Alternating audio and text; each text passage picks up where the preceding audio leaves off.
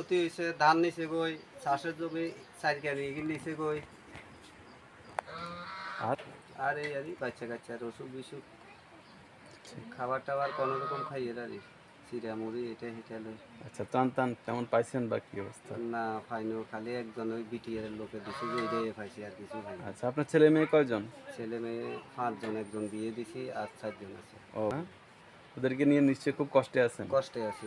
আচ্ছা আচ্ছা। আচ্ছা, যদি বলতেন একটা খাটের উপরে আরো 2টা খাট দিছি, খাট দিয়ে এরপরে আসছিলাম। মানে ভয় বা কান্না বাচ্চাদের পরিস্থিতিটা কেমন হয়েছে এসব?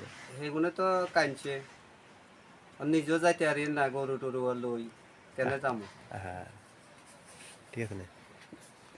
আচ্ছা, এটা হলো বাউর পাথরের মাইসপাড়া বলা হয় এটাকে। এটা একবারে সড়কগুলা রাস্তা ভয়াবহ নষ্ট হয়ে গেছে একবারে। অসংখ্য মানুষের কষ্ট। এটা এই যে অবস্থা মানুষের।